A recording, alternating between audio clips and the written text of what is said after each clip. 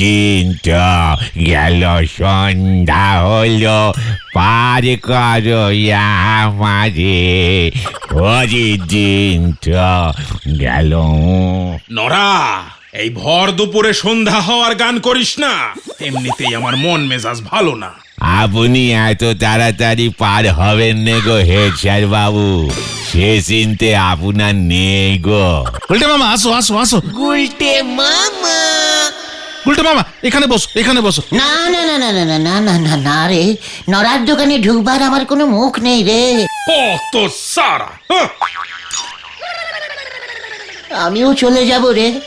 আর কদিন এইভাবে নড়াকে কষ্ট দেব বল? আমাকে তোরা ছেড়ে দে, ছেড়ে দে। সে কি কাণ্ড, গুলটে বাবুর আবার কি হলো? গুলটে মামার মনটা খুব খারাপ নড়া। কি কাণ্ড বেঁধেছে আমাদের গলজপুরে। ওদিকে হেড স্যারের মন খারাপ, এদিকে গুলটে বাবু। তা গুলটে বাবুর মন খারাপ হলো কেন গো শুনি? তোরা হাত ধরে রাখিস না রে, যেতে দে আমায়, যেতে দে। আরে এখন কি যাবার বয়স হয়েছে নাকি? বালাই ষাট আমার, এক কাপ চা দিচ্ছি, শেষবারের মতন খেয়ে চলে যান।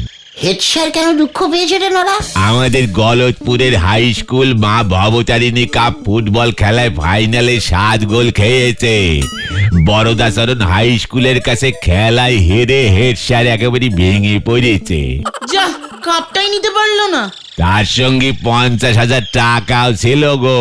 হেড স্যার মনে হয় ওই টাকাটা হাত ছাড়া হয়েছে বলেই বেশি দুঃখ পেয়েছে, নয়তো আমি বলেছি ওনারে আপনার তো 7-10 গোল খাওয়ার অভ্যেস অনেক দিনের আছে, এবারে এত ভেঙে পড়লেন